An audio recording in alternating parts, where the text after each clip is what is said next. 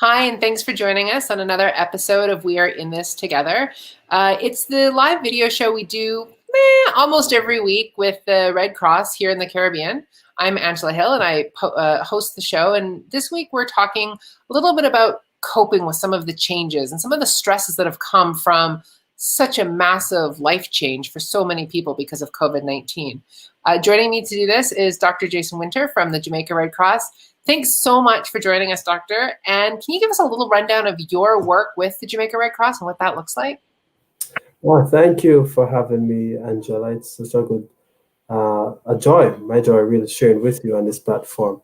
My work with the Jamaica Red Cross is of a voluntary nature, in particular, being associated with the Psychosocial Support Unit, which is headed by another volunteer, our own Dr. Gordon Stir, Angela Gordon Stir, who leads that area. What we certainly do, the team by and large, she manages a team of us, up to about 30 plus of us as core PSS volunteers. We serve as standby in reference to any call that may come to the Jamaica Red Cross by our own government agency or any domestic issues, not necessarily of a large scale natural disaster, but specifically though what myself and other volunteers, we assist in training, and then that has been an active duty of ours in the last 3 or so months, especially with the COVID scenario. We also provide support if persons feeling the need or being overwhelmed, that they can call in and have that mental health support on staff. That's really useful. And I mean, it's such a perfect time for what we're talking about today. Maybe you could share some of the experiences you've heard and what you're hearing people say when you talk about psychosocial support, that sort of what people are saying to you that they're feeling right now because of the life changes because of COVID.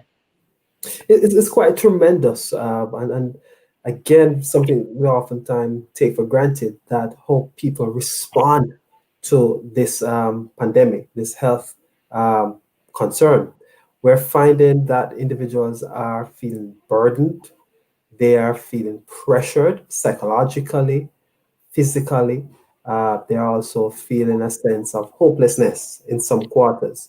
We do find that individuals are impacted economically, and because of that impact, by virtue of being impacted economically, I'm talking about loss of income, loss of job.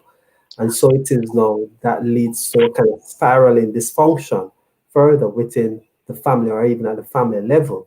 So we find that people are reporting increased anxiety at home, they're reporting increased interpersonal communication issues or challenges. We have had instances of domestic violence, as well as being on the increase because of the strain or the constraint that they're limited or at home. Just recently, the island has had a national holiday, and with the curfew being in place, the restriction on people movements, it does create increased anxiety or uncertainty among persons. So those are some of the general feedback that we're getting, even at this point in our response or responding to COVID-19. Again, for us on the island, we would have started our own responding in a time frame of within the last 7 months. We're talking about from March till present, October, 7 months, and still there's no sense of, okay, we're used to this now. This is quite normal. Quite not so, quite not so. I guess later on we'll talk about even the strains of working from home. There are some individuals who do have the opportunity that, at least if they're not laid off, or if they're not roster, or you'll find that a lot of rostering is taking place, where individuals are going to work, say 3 days out of the five, and then working at home the additional 2 days, if it is that they work a standard 5 days a week, whichever day of the week it is. And so you find that being at home creates that particular challenge. I know individuals are responding to being at home work while being at home. I quickly share with you. I was talking to a client again, someone basically just reaching out for support, and they noted that I could have coped a little bit better when I closed that door and I turn on the car, and I'm out of the driveway and I'm heading to work, whatever, 9, 8 o'clock. And I get to work, I put up with the stress and strain at work. If there's that co-worker, if there's that supervisor, I deal with them, whether frustrating it is. But I know at 5 o'clock or the time that work closes, I'm going to close that door and I'm leaving their troubles behind. And I get home to a place of refuge and I deal with home issues or home matters. But no, home is where everything is taking place. There's no getting out. You have to cook, you have to assist with childcare. And again, for us on the island here and across the Caribbean and elsewhere too, homeschooling is the order of the day. Many persons might not have known of what homeschooling is or know that they have the aptitude and the attitude as well as the ability to make it work. They are plunged into doing homeschooling. With certain support, we're talking about from teachers using various platforms to engage in the learning, teaching experience. And so my client mentioned that, hey, I had to be working with my child, providing that support, still getting up, doing work at home. And again, we talk about not everyone is so privileged to have a quote unquote office space at the home where there's an extra room, so to speak, that you designate as the office that you go and you work. It could be the living room that you carve out a section of it that you work from. So there's that disruption that if you have other members of your household be present. And so it becomes a real strain. And we have to acknowledge that for our persons, working from home and what that means. Yeah. Well, I think that's exactly part of it. And just before we keep going here, I do want to make sure that people who are tuning in, if you are dealing with specific stresses or you have questions and you want to put them in the message box, we can see them and I can share those with Dr. Winter as we go. And I think you're hitting the head on the nail where everyone is experiencing different stresses, but everyone is experiencing some kind of stress or some kind of emotion or some kind of frustration or difficulty or confusion or fear during this time. And while it seems really overwhelming, I think there's a message to be had around it being normal. Can you speak to sort of like why we have these kinds of responses? And then we'll get into some of the different areas and suggestions you have for coping with them. Certainly. The notion that what we're all experiencing, the evidence of COVID-19, the presence of it, the changes that we have all witnessed. But in many quarters of the world, here on the island again, Jamaica, is the issue of the protocols, observing the protocols. And many of the protocols require a response, a change in our behavior. And so it has seemed to be what I consider a sense of new normal. And so there are anxiety surrounding doing things differently. There's a phrase that I came across, we at the university, at Northern Caribbean University, have as its tagline, they're doing usual things in unusual way. So doing normal things in unusual ways to shift tones. And so that adjustment can be a challenge. Not everyone adjusts as easy as we would expect them to.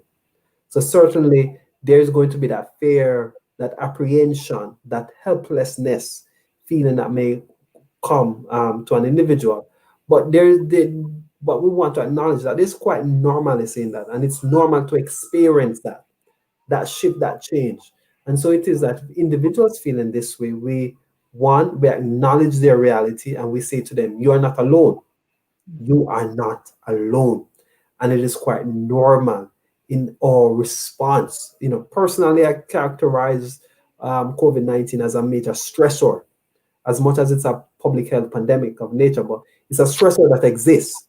Now, how I, as an individual, respond to the things around me is important. And so I want to reshift that I too have a sense of control and autonomy and authority in the actions that I personally take. So I don't lose focus of that. And that's important because once individual kind of lose focus of that, they can manage or they can cope, then it certainly creates a downward spiraling into negativity and learn helplessness and the impact that can further have on the psyche and increase the need for psychosocial support or mental health and psychosocial support. And so before we get into that realm of MHPSS, we want to empower the individual that you do have the control. So definitely, as I said, COVID-19 as a stressor, how I respond to that is important. And your response then becomes what is classified as stress. Follow me? So if it is that you gauge your stress response, and the stress response can be, as you said earlier too, there are levels of stress in all of us, and it's useful. It can inspire us to be creative. It can inspire us to think outside of the box, the varying levels of stress. But on a continuum, how it is that that level of stress becomes to the far end that it leads to burnout. And that's what we want to avoid, where it leads to fatigue, where it leads to sleeplessness. And then that spirals into probably doing some psychoactive substance use to combat the anxiety, to combat the uncertainty. So once we acknowledge that much of our response is quite normal, then you want to gauge that and to say, okay, how can I change? Again, responding to COVID-19, for me as a mental health practitioner, it highlights the various mental health disorders that can easily creep in if you're not conscious. Anxiety issues, adjustment issues, substance use issues, mood issues. It can exacerbate personality issues that may exist. So we're talking about comorbidity in the mental health realm. Again, there's a lot of focus on physical comorbidity issues that are present, and if an individual is tested positive with COVID-19, it can exacerbate their negative spiral and cause other ill effects and put them in as IUC. But for us, what we appreciate that pre-existing mental health conditions can be worsened if that stress reaction is not managed without the presence of the psychosocial support. If not managed properly, can lead to adverse effects. So let's sort of dig into that when we talk about managing, and not even necessarily managing it when it gets to a bad place, but how do we manage how we're feeling to take care of ourselves and be healthy? And even if you just start by talking about it on like a regular day-to-day basis, and then we can maybe talk about some of the specific stressors that people are feeling. But what are some of the ways of just dealing with this overall, getting through the day? What do you have there? All right. It can be approached from a number of ways. We're talking about, again, functionality, at minimum, functionality. Each of us, wherever you're tuning in, whatever platform you're tuning into this share live streaming, what's your functionality? How are you functioning on a normal day-to-day basis? So you want to start with that. Anything that impedes that functionality, let's begin to identify them.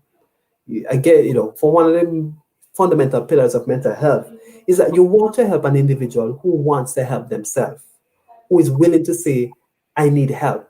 And that willingness to identify that help is needed, it goes back to your own introspection that you're doing to know when things are a bit off. So whatever your functionality is, we want to start by identifying that. Good. So anything that challenges that functionality, you got to watch out for that. So, for example, if it's again getting up in the morning, I don't feel like getting out of the bed. I don't feel motivated. I don't want to go to work. Let's understand the attitudinal shift and change. Is it that we need to change the attitude to one of positivity and one of gratitude? So we encourage individuals to go through a gratitude session each day.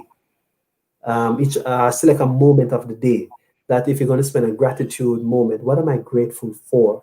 What am I thankful for? What it is that I can sense that this helps me to continue to do my work. So identify that something is off, start with probably a gratitude appreciation moment. We can go into relaxation techniques that can help individuals to cope.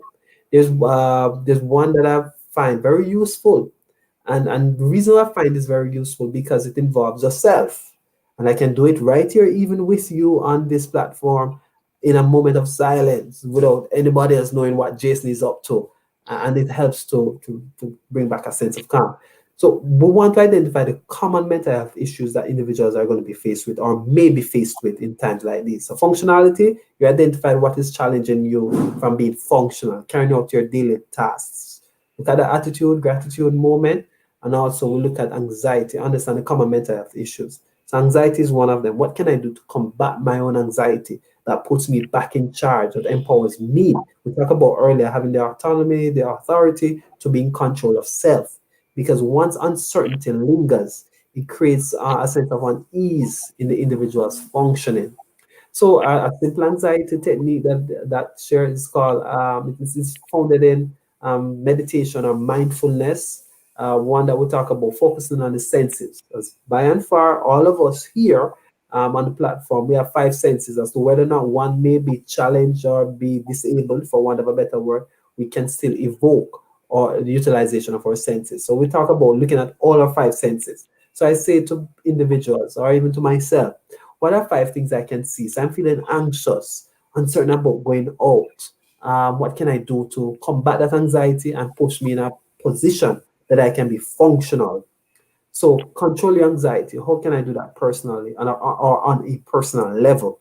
One, I can use the senses. So five things that I can see.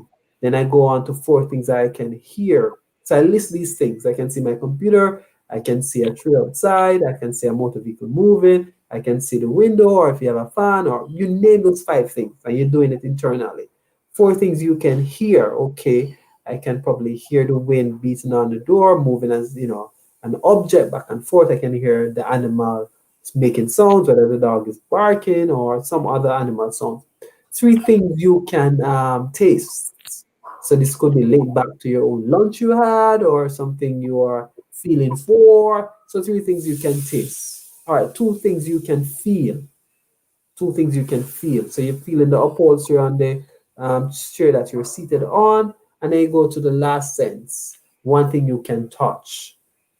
So you gradually work yourself through those five senses, and it really shifts the focus on being anxious prone to taking the more consciousness of what's happening in the here and now. So I encourage individuals to try that. Breathing, that's another way we encourage a useful strategy that you can do right there and then. Count your breathing, hear and feel the air going into your nostrils and feel it coming out. It slows the thinking, it just refocuses. It helps, trust me, it does help. And there are different types of breathing technique. We won't necessarily go through a lot or many of them, but you can do additional search. For the mere fact that you're connecting on the platform says that you have internet connectivity of some sorts. So how you can utilize that to look at simple breathing techniques that you can help to calm yourself.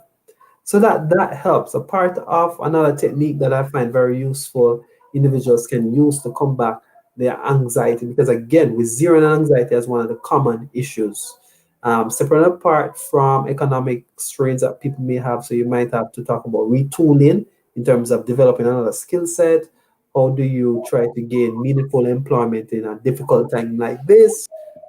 Separate apart from that, to ensure that we will say the bills are being paid still, food is on the table. We can come to that and explore other mechanisms to get that done. But suffice it to say, focusing on the individual from a psychosocial and especially a big word for us, self-care standpoint. How do you evoke that where you're at, right when you're at? Another simple one, we talk about the five senses. The other one I use is a triple three rule. So triple three. So you use the 333. So we talk about, say, three things you can hear. We can use two senses here. Three things you can hear.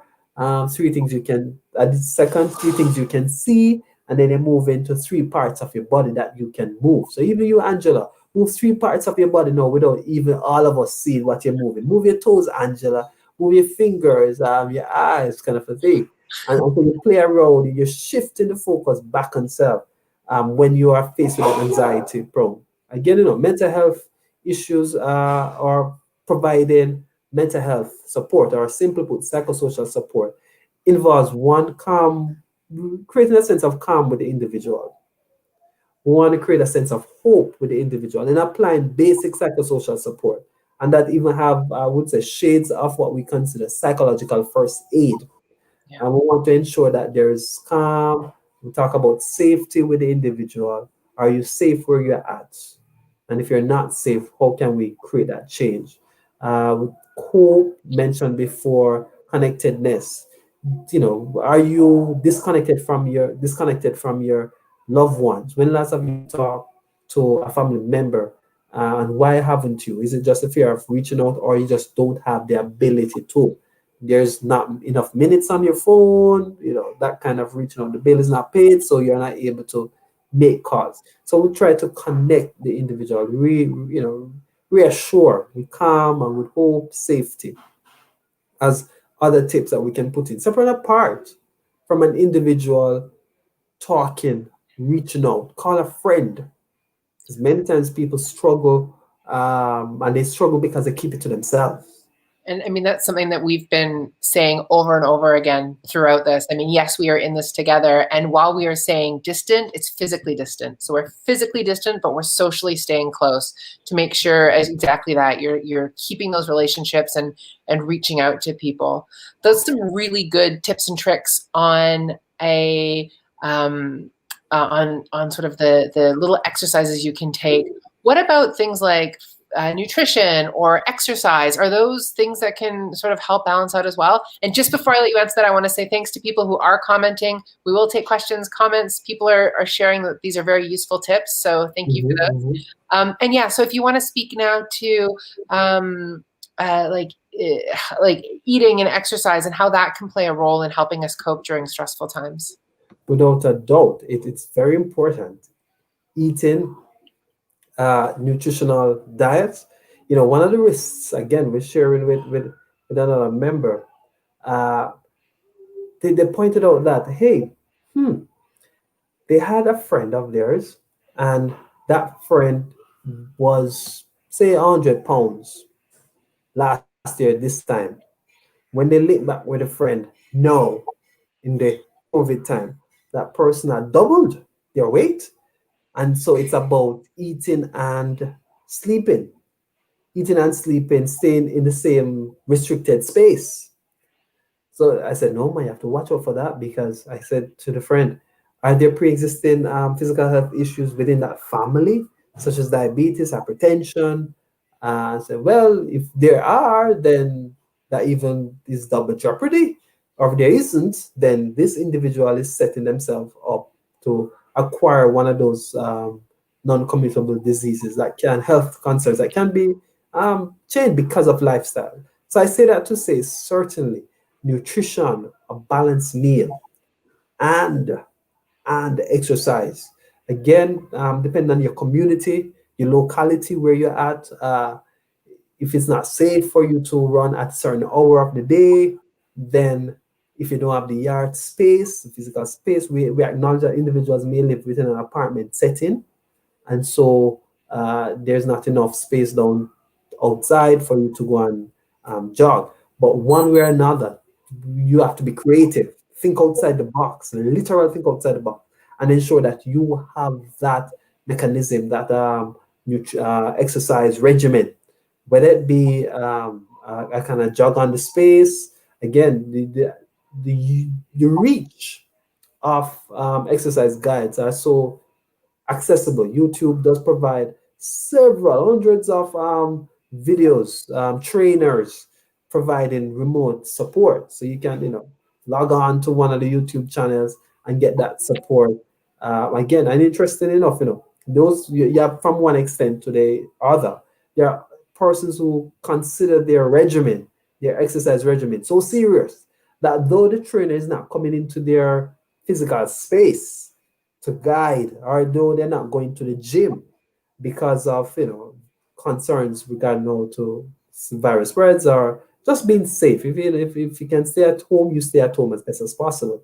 And so the trainers are calling in using the platforms, whether Google Meet, Zoom, Blackboard Collaborate, with whatever other platforms, and they're engaging their clients remotely. So you can use, mind you, it's live interaction, but still you can engage in watching a video or so and get that exercise, keep that body fit. If you want to say you want a summer body for whatever summer is, person may be tuning in and it's summer in your locality. And for others, it may be another 4-6 months before summer comes around, or even 9 months, 10 months, whatever the amount of months. So if that's any aspiration, begin working on that. Us in the Caribbean, with quotation, we would say the summer body of sorts. But exercise, proper dieting is important, are important in maintaining general wellness and well-being. Again, your point you mentioned to Angela, there's the physical distancing that is important in times like these, but it's not the social isolation that we want to avoid as best as possible. And how do you connect with individuals? Again, simplicity, the use of the various social platforms, a telephone conversation, telephone call, text messages, video calls. That way you stay connected. If the individual has to physically social isolate, again, our vocabulary have increased, whether they are in quarantine versus isolation, sure, that involves physical distancing. And you want to respect that for whatever the presenting concerns are. But separate apart from that, if you're on the road and you still have to maintain a physical distance, but you can still socially connect. And for the vulnerable groups, the Red Cross, the International Federation of the Red Crescent Red Cross, is big on protecting vulnerable groups. Vulnerable groups like our aged population, and even not just our age population, because within that, there's another kind of sub-vulnerable groups, I call it, those with pre-existing physical and mental health concerns and such, that you want to protect them, women and children. You also want to protect them, minority groups, and what that means in terms of even their response, their immunity to the COVID-19 or any other infectious disease that may be in operation or existence. We must protect our vulnerable groups. Yeah, that's great. Thank you so much for reminding people of that. I know we're going to start to run short on time, but I did want to ask another question. You touched on it a little bit before, but when everything is in the home, including possibly suddenly having to homeschool, what kind of advice do you have for parents who are suddenly also teachers? Yes, I know, right? So they are teaching their set of students, and somebody needs to teach your child and still providing oversight. But I do find, though, a schedule does work of sorts. Scheduling, it helps. And so if it is that you can have that schedule, what is done within what time frame, and also the as much as possible, as I said, some people carve out spaces within their homes. If you can multitask in a room, so for example, if the bedroom now becomes part of the office as well, so you take in your stuff. If you have your bags, your school bag, you have to work, ensure that, all right, by 4 o'clock, I'm going to cut off and I'm going to pack and I'm going to clear this area. And so this area now becomes a relaxation area. Mentally, that shift does help, and not just leaving everything out there. People will find that tidiness, cleanliness, neatness does go a far way in how the body adjusts. So if you're not necessarily a neat freak in quotation, but it does help to put things in order. Basic values can go a far way in moments like these. So scheduling does help. Take breaks. Again, the value of vitamin D from the sun. You get yourself locked up in that concrete jungle, or if your house is made of concrete, or if it's made of board, or whatever material it's made of, you get yourself locked into that 9 to 5 you stay in, and you push your head over and say, whoa, it's nightfall, sunset. So if I encourage individuals, take a 5 minutes interval, or in intervals of 5 to 10 minutes, go walk in the heat of the morning as far as possible. Go walk. So you have to know when the sun is reasonable. And again, early morning, depending on your locality, again, wherever you are at, when is the sun more accommodating for you to go out, even without a head covering. But at least that vitamin D is soak up, so to speak. So scheduling, taking breaks, getting out for your evening walks or your sun walks, neat appearance of your space, organizing your space, clear out your space. If you use the space, if it's a common area, or in architectural concept, they tend to say open space, where it can be multifaceted. It can involve your living room, it can involve your dining room, and it can involve your study area as well. So I got to work on that and create that shift. So when you're over there, you're doing this. When you move from there, your attitude also tends to change. That's really, really, really great advice. Thank you so much for the time you've spent. For the people who have tuned in, I appreciate your comments. We have another one here I want to share. It says information on point, quite useful. So thank you very much, Dr. Winter. I mean, that's what we're really trying to do here in this show. We're in this together is help figure out how we get through this together and help figure out how we can stay safe and healthy during COVID-19. So Dr. Winter, thank you so much for joining us this week. I appreciate it. And to everyone else, we'll see you next week. Tune in, let us know your questions, your comments, your feedback. We want to hear it. And we will see you next time. Thank you. Bye.